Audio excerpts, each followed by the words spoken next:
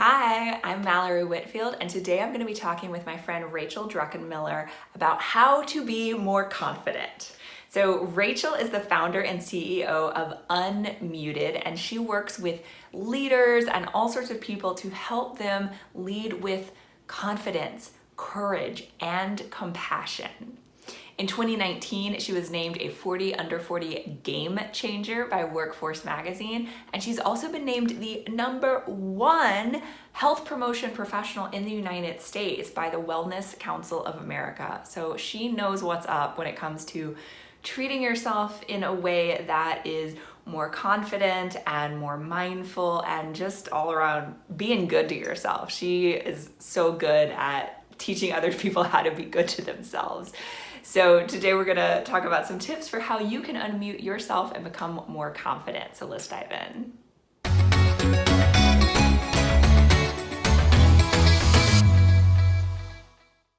Hi, Rachel. Thank you for joining us. Hi, it's so good to see you. So your company is called Unmuted. Yes. And I know that has a lot to do with your own confidence story. Can you tell us the story behind that name and your own journey to become more confident? Yeah. So growing up, I think we see people that are confident as adults and we're like, oh, you've always been that way, right? And when I tell people, no, I was actually a very shy and timid and awkward little girl who loved to sing but didn't in front of people, and who loved to write like poems and stories and journaling but didn't share that with people either, and who had feelings about the things that were going on in my life, from my parents' marital challenges to like not feeling included as a kid. But I kept all of that really quiet and kind of locked up because I didn't think that was something that like good girls really talked about. Good girls are happy all the time and they get good grades and they're well behaved. And I played that game really well because you get rewarded when you do. So that was kind of, and then also I was in uniforms. I went to Catholic school for 12 years. So I was in uniform. So literally there was like no visual outward self-expression, even opportunity, I guess I could say, until really like I got to college and I was figuring out what my sense of fashion was like as an 18-year-old, which is sort of weird. But so all that to say, like that combined, like that sense of silencing myself in terms of creative expression, the sense of silencing myself in terms of sharing my feelings and my thoughts and my fears and my insecurities and all that kind of stuff. And then in terms of how I showed up physically, like showing up in a very, I took that I wore like 50 shades of pastel. I probably should have worn a brighter shirt today, but I got my big old earrings. I just did not, it's like almost like I didn't want to be seen. But deep down, like I really did, because all of us really want to be seen, but there was some part of me that was uncomfortable with that. And so it wasn't until I would say, I had little moments, incremental moments where I would use my voice and test it out. So when I was I studied abroad in Spain in college, and that culture is so vibrant and so alive, and you're like never alone. And it just really brought things out of me that I'd really never let out before. And it's a very expressive culture. And I came back from that, and I had been in gospel choir because you didn't have to try out for it. So I decided when I came back from Spain, I was like, I'm going to go for a solo. Like I've been loving to sing, at that point for 15 years or whatever. I'm going to try out for the solo. And I did. And that was the beginning of me starting to use my voice more boldly and less apologetically. And so I'd say incrementally, over time, the more, I think confidence is the byproduct of action. And so often we think there's going to be a point where I'm going to be confident. And it's like, no, you got to like do stuff. You got to like do stuff to unlock that. And you're going to have moments of courage, which basically means that you're scared, but you're moving forward anyway. And that was sort of the beginning. And that was at this point, like 15 years ago. And really ever since then, just through different experiences at work where, I would put myself out there at work. I made up my job when I was 22. I was like, I'm interested in this area of worksite wellness. I'm a wellness coordinator. What does that person do? I don't know. My parents are both entrepreneurs. They made up their job. I can make up my job. And so I just, started inviting myself into things. I started saying, hey, this training looks interesting. I want to do that. Or, hey, can I go to that conference? Here's what I'm going to bring back, and here's how it's going to benefit you. And so I really just started advocating for myself. I think more than anything, confidence is the byproduct of action. And it comes when we believe that we are worthy of the things that we want and we take steps to move toward them. And so, I mean, those were some incremental things. And then in terms of, you know, where two tipping points, and one that involves how we met was, I'd say one of them was we got this assessment. There's an assessment called the Predictive Index that we took for work 6 years ago. And I'm taking this assessment and I'm getting my results back. And there's a way that I think other people expect me to show up. And then there's a way that I see myself. And these were two different people. And I was like, wow, you are not showing up as yourself. And that was a pivot point where I was like, okay, you're going to stop being so apologetic and you're just going to start letting yourself lead and be who you are. And not in an abrasive way, but like to not apologize. Like, you're wired to lead and to take charge. And so do that. And then you and I met through this group, Heroic Public Speaking, which basically just unlocks awesomeness in people. And you can't help when you're in a community of other people that are courageous. When you're in a community of other people that believe that who they are in that moment is not all that they're meant to be, that there is more that's possible, that creates, it's contagious. And so in that environment, you know, we had the opportunity to really use our voices and hone our craft as speakers. And that's what gave me the, you know, the nudge, the catalyst to finally get me to totally get unmuted and say, I'm leaving my corporate job, my stable career of 13 years. I'm going to start my own thing. And so I launched that in September of last year.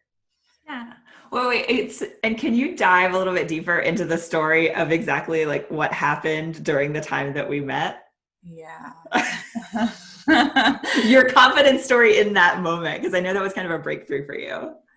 Yeah. So the funny thing is, so we worked with writing coaches, you know, along the way, writing these scripts. And I remember I was putting together a script telling the story of Gospel Choir of when I tried out for that solo. And I had put in the script at the, like, my last minute add-in, literally an afterthought. I'm telling the story about singing. Should I sing? Ooh, people who sing on stage are weird. This can go very badly. Like, I've seen it not go well. And I'm like, I don't want to be that kitschy person, you know? And my writing coach was like, AJ Harper was like, yeah, duh, you should put that in there. So we get into this masterclass with Michael Port, you know, and doing this bit and sharing it. And I get on stage and I've sung in terms of like choir to hundreds of people. And here I am in a room with like 18. And I'm like so nervous because I really respect and admire everyone. And everyone else is like really highly accomplished in some regard. And it's just a little nerve wracking when you're having to take something that you were confident in one area of your life and then display that with in a completely different context. You don't always hold on to that same level of confidence. And again, it was byproduct of action. So get on the stage, sing the song, Rachel. And so I did. And, you know, Michael was very encouraging. He's like, can you open your eyes when you sing so you can actually connect with people? And then later that day, he was, you know, sitting on stage and he was looking for something on the internet, couldn't find it. So there was dead space, which they generally don't like. And there's like, what, I guess 75 students or so. And then like 5 of the teachers in the room. Moment of silence. And then he goes, where's our singer? And legit, I looked around the room too. I was like, yes, where's that singer? And he looked at me. I was like the third row or something. He's like, yeah, Rachel, sing for us. I had just met everybody like 2 days earlier. And I was like, you've got to be kidding me. Like, this is for serious. And I was like, well, like, what do you want? So I'm like very hesitantly. I'm not like popping up to sing to everybody. I'm like, And then I was like, what do you want me to sing? He's like, we sang earlier. And then I did. And it's just this moment. I probably had my eyes closed a lot because I was just kind of nervous. But that moment of like, when we're so afraid that when we step out, that we're going to be rejected or judged. And that holds a lot of people back from showing up more confidently because there's this concern of what if I step out, and what if I speak out, or what if I speak up, and what if it's not good enough? What if I'm wrong? What if I get rejected? What if I get judged? And so then we're like, it's just safer to just not try. But in that community, not trying is like legit not an option. Like, somebody's going to be like, oh no, you're getting up. But just to be in that environment and to do it and to sing and to get into it. And then to have a moment of just sitting down, have everyone rise up and clap and just surround you with so much encouragement and support. I feel like so much of what builds confidence is being in a community of people that have your back.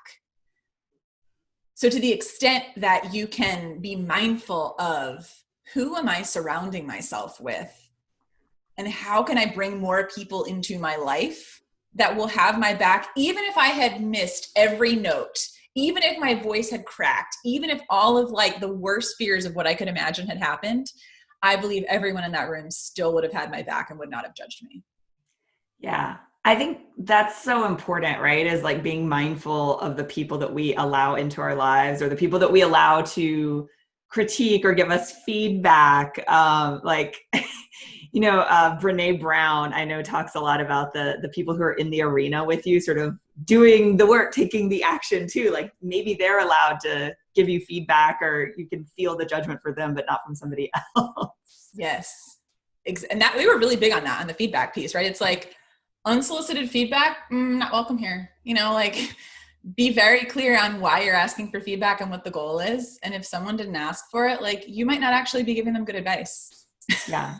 Yeah. Well, and what we learned about that sort of mindfulness around feedback in heroic public speaking is something I've felt in the rest of my life too. Right. And kind of also this conversation is reminding me, I don't know if RuPaul was the first person to say it, but I feel like it's the first person I heard say it, this idea that what other people say about me is none of my business, right? Which is easier said than done a lot of times. It is, but we get caught up in that, right? Because that was the fear for so long. It's like, well, what if people think I'm a bad singer? Okay, well, what if they do? Like, why does that matter? Like, should you not sing then? Or what if someone thinks my art, I had somebody write to me on LinkedIn this week. So as I was sharing the story on LinkedIn, and somebody shared a story of how they had a mentor who they had drawn a picture of like a vase of flowers or something. And the mentor told them how like terrible it was and how they were, I don't know if they were disgusted. They used some type of really strong word toward this person. And that person was like, made the choice. It's like, we don't realize all the time that we have the choice to let certain things in or not. Like just because someone else thinks it doesn't make it true, just because someone else says it doesn't make it true, even if it triggers us in some way, that doesn't mean that what they have said is true or valid. It just is their experience of reality, and it doesn't make it. And so this person was like, it was so cool because at the end of it, she like shared a picture of like a painting of a vase with flowers in it. And I was like, she was like, I did not let that person hold me back. Like I'm still painting. And I was like, that's awesome. Like that's what I think we need more of is to I had a woman that I'm friends with come up to me one day. It was like after church, and she just came up to me and she like put her hand on my shoulder. She's like, you've got to be unshakable. And I was like, what? That's a weird thing to just randomly come up to someone and say. But I feel that like, if you're going to put yourself in the public eye, if you're going to put yourself out there, if you're going to share your voice, if you're going to share your gift, if you're going to share your thoughts and feelings and beliefs and experiences with the world in an unconventional way or in a very honest and vulnerable way, not everyone's going to like you. Like I got enough friends. Okay. If all these random people that I don't even know, like don't like me, that's fine. But I think one of the things Brene Brown says is like you're square, you're like 1 inch square. She calls it something, but it's like, draw a 1 inch square and put all the names of people whose opinions really matter to you in that square. And if somebody else from the outside of that box has some opinion about you, like you can choose to just not let that affect you. Because if these people in the box that really know you, because if there's a difference between that's related to this point, is there's a difference between being noticed and being known. And I think we miss that a lot. It's like, ooh, I'm being noticed. Yeah, but does anyone really know you? Because that's how I felt a lot of my, like, oh, people are noticing me. Oh, they notice that I'm smart, or they notice that I'm whatever. But how many people really know what's underneath of this persona that I've created? And that we build confidence when we are really known by people, because no matter, even if we fall flat on our face, the people who really know us are going to be there anyway, because they know that expression of who we are is not the totality of who we are. Yeah. Yeah. Well, and that idea of like being known in the way that you're talking about, and also the fact that we've also already mentioned Brene Brown a couple of times, right? I think that ties into vulnerability, which is hard, which is something I struggled with for a really long time, and sort of parts of my own vulnerability I've only allowed myself to really have in the last couple of years, right? Like it's hard stuff, but I think being vulnerable is a part of the action towards being more confident. 100%. Yeah. Because if you're not, because confidence is, I think in some ways, I don't even know, I'm kind of thinking this through as I'm saying it. Confidence and courage are very much connected to each other.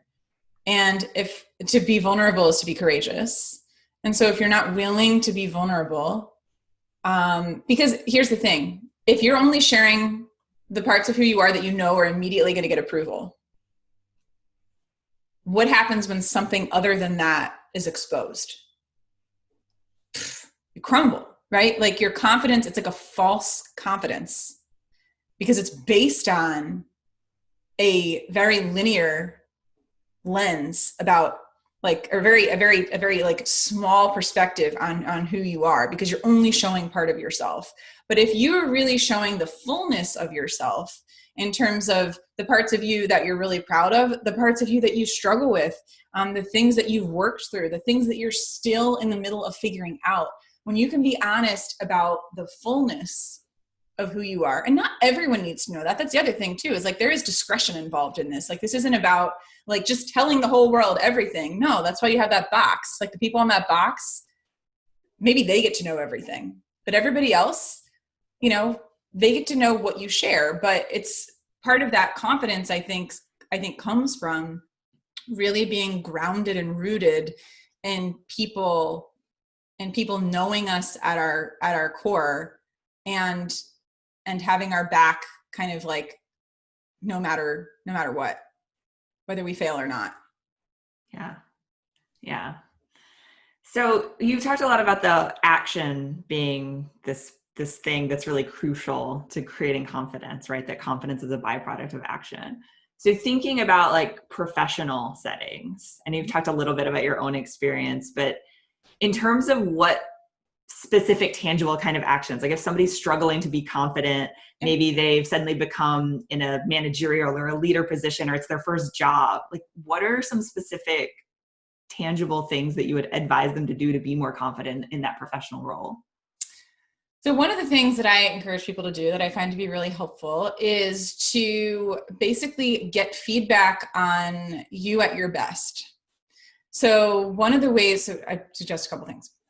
One is get feedback on yourself when you're at your best. And so reach out, make a list of like 8 to 10 people that know you. So this could be friends or family or colleagues or customers or mentors or coaches or teachers, whoever, right? People that know you pretty well, that have spent some time with you, and to really ask them, hey, can you tell me a story about a time where you've seen me at my best? Like, what did you see show up in that moment? What did I bring to that moment? What words would you use to describe, what my contribution was or how I showed up?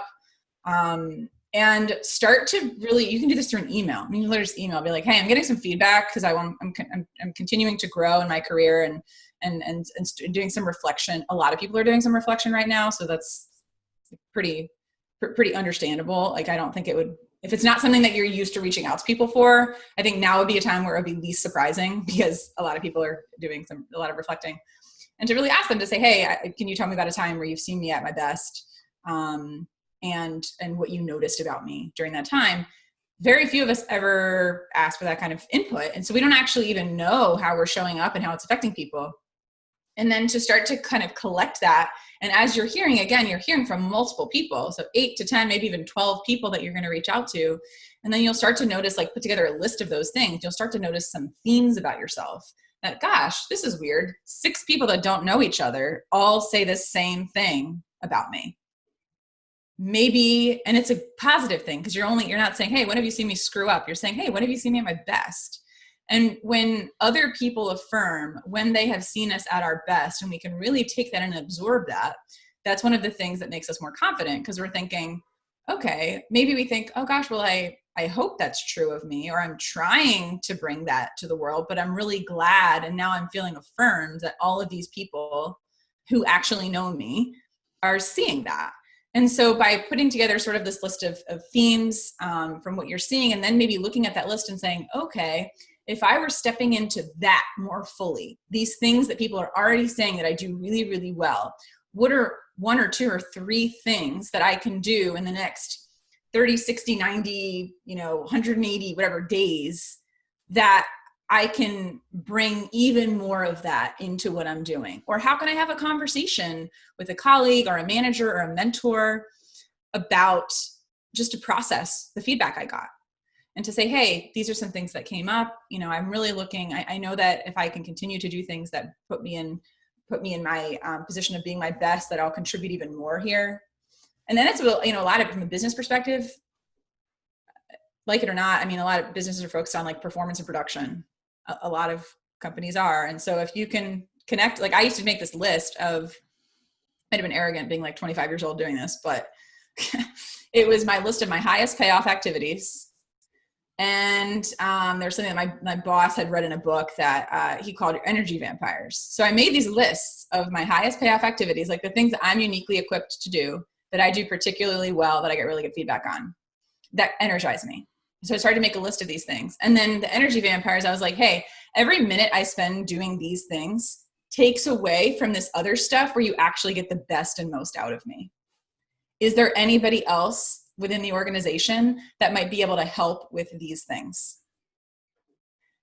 So much of it is an advocacy thing. And most people, I don't think, have ever been put in positions where they feel like that is even an option for them to ask for something different than whatever they've been handed. So a lot of this is recognizing that you have to advocate for yourself in your career more than anyone else. And just showing up and doing a good job and doing what's expected is not necessarily going to get you more opportunities. The people that get the opportunities are the people that go after them. And that's not to say that sometimes people don't just get promoted because someone does notice they're doing a good job. But a lot of times it takes that extra discretionary effort of saying, most people don't pause in their career to say, where am I going? And what am I doing to get there? It's just like, let me just show up another day. Let me show up another day. Let me show up another day. And eventually I'll end up where I'm supposed to be. Well, some of this takes intentional effort. And so it might be for me, I would maybe find somebody in my industry that I admired, or that I had written a book, or that I thought was thinking differently. And I would reach out to them on LinkedIn and be like, hey, I think what you're doing is really cool. I'd love to talk to you. Do you have a half hour to chat? I'd just like to learn more about what you do. And this thing I heard you say on this webinar. People are flattered by having someone reach out. So it was like using my voice to ask for the feedback, to build my confidence. And then also using my voice to really reach out to people that I admired and to ask for opportunities that I thought would help me grow, and tying them back to how they would help the business. So, hey, I go to this conference, I'm going to bring back the latest and greatest ideas that we can then implement so that we're thought leaders and we're industry leaders. And so always sometimes people advocate for something, but make no connection back to how it's going to help the business.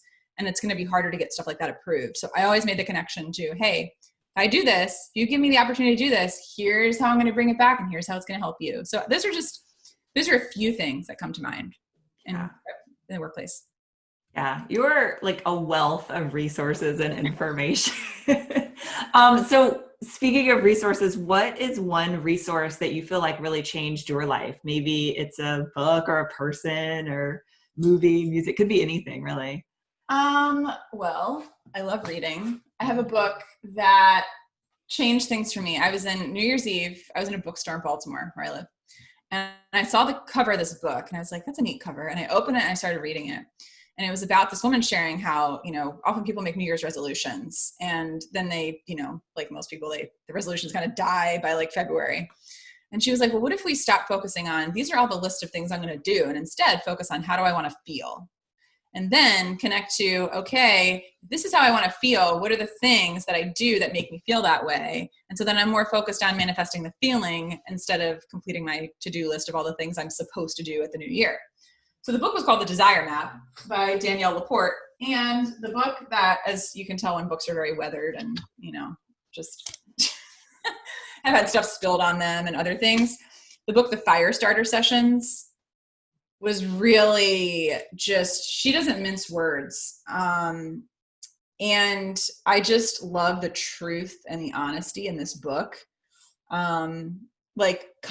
Just to give you one insight, competency is for suckers. Be careful what you're good at. You could end up doing it for years. Like, okay, I can get behind somebody that's going to be that honest with me. There's so many exercises and worksheets and stuff in here. So if someone is like, I'm feeling stuck, I don't know what to do, I don't know where I'm going, this is an awesome book. And I recommend it to a lot of people.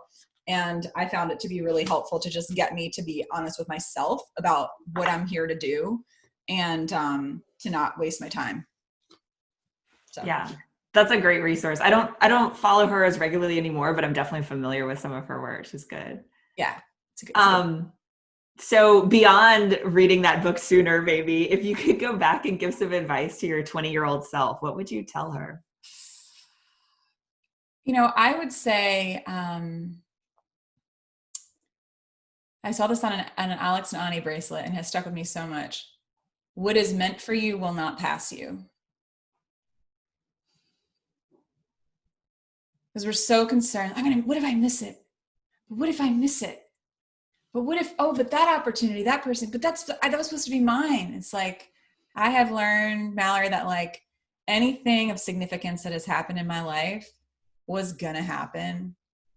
And if it was meant for me, it was going to find its way to me. And it wasn't that, as much as the advocacy piece is important and we want to make sure that we're doing that, that is part of the process, but that's not about forcing, right? That's about like taking action. And I can tell you that even how serendipitously heroic public speaking came into my life, a conversation at a bar with a guy I didn't know who's like, do you know Michael-Anne Newport? I'm like, no. And then 4 months later, I'm in Philadelphia, standing on my feet, singing This Is Me with the singer, whatever, like, so it's like, just really trust that what is meant for you will not pass you, but keep showing up consistently along that path. Yeah. Yeah. So true. So Rachel, where can people find you and connect with you online? So I'm most active on LinkedIn. So just Rachel Druckenmiller, and it will have the links for that. On LinkedIn, I'm on, my website is unmutedlife.com. And then I'm on Instagram at unmutedlife. And then every other social media platform is sort of a joke. I'm like on it, but I'm not. So just follow me on those three. I feel you on that. Thank you, Rachel. Yeah, this is a great conversation. I feel like we talked about stuff that I don't normally talk about. So that's awesome. Thanks for being awesome. Yeah, thank you.